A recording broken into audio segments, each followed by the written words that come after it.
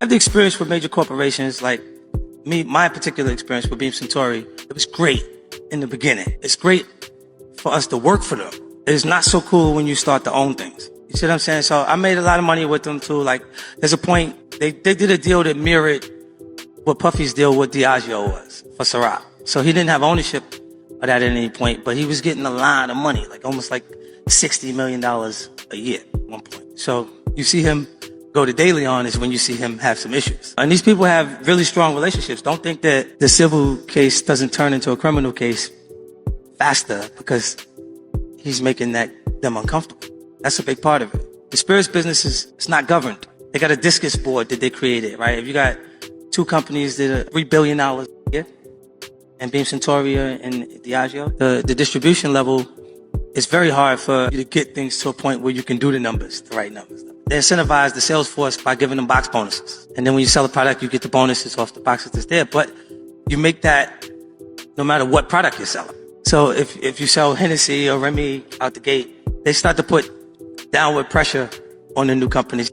This is Murphy from Word on the Street channel. Something's in the industry is really unbelievable. From the time Diddy's situation started up, a lot of people was asking him who he pissed off that want to see him in jail so bad. After Diddy was indicted on federal sex trafficking and racketeering charges that accuse him of abusing women for over a decade, 50 Cent has come out with multiple reactions on the situation. He first fired some shots at Diddy when the feds revealed that they found 1,000 bottles of lubricants at his house. Now, 50 Cent is saying that Diddy's legal situation is partly because of the huge lawsuit he filed against liquor executives, which also made Fifth gave us an example of his own ongoing lawsuit against a liquor brand that's messing around with his money. So back in June 2023, Sean Combs sued the British beverage company that co-owns his liquor brands, claiming that the spirits giant Diageo has kneecapped his Ciroc and De Leon labels' sales growth for almost a decade and starved them of resources while better marketing its other brands such as Don Julio and Casamigos. Sean Combs Wines and Spirits LLC is alleging that Diageo treated his De Leon tequila and Ciroc vodka as inferior black brands or ethnic brands that should be targeted to urban consumers, according to a racial discrimination lawsuit his company filed in New York Supreme Court in Manhattan. But afterwards, we had it that the rapper and entrepreneur Sean Diddy Combs later withdrew his lawsuit against Diageo as part of a settlement with the London-based spirits giant.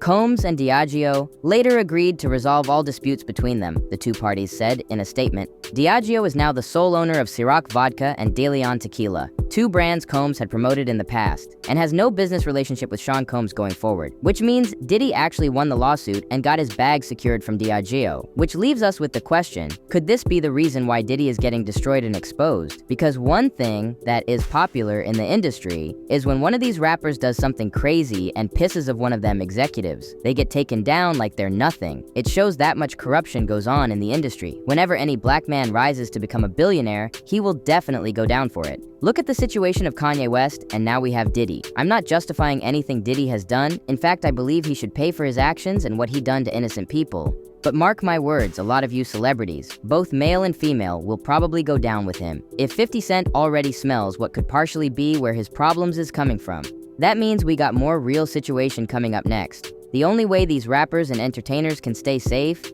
is when they start doing the right thing and staying out of trouble. Get your money, do the right thing, and go home to your family. That's very simple. Anyways, let me know what you guys think in the comment section. Don't forget to smash the like button and subscribe to our channel.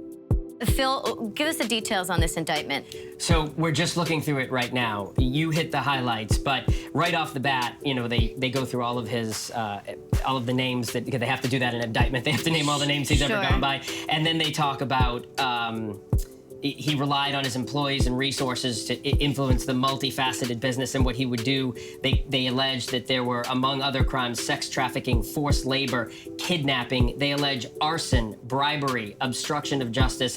They go on to talk about how he would abuse women. They talk about kicking and punching and dragging and forcing them to have, they talked about highly coordinated sexual acts with male prostitutes. I mean, this is extensive. This seems to be everything that we have heard about in allegations. I haven't been through the entire thing yet. We're all looking through it. But so far, what I can tell just in the first couple of pages is most of the things they are alleging in this indictment we have heard about.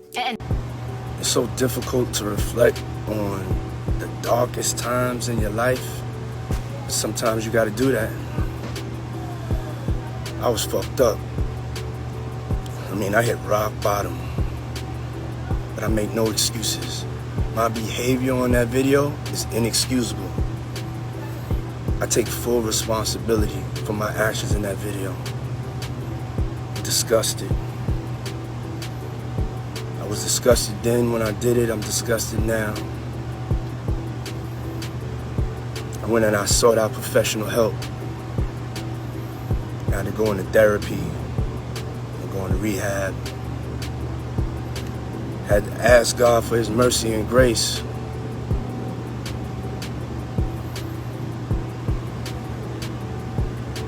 I'm so sorry. But I'm committed to be a better man each and every day. I'm not asking for forgiveness. I'm truly sorry.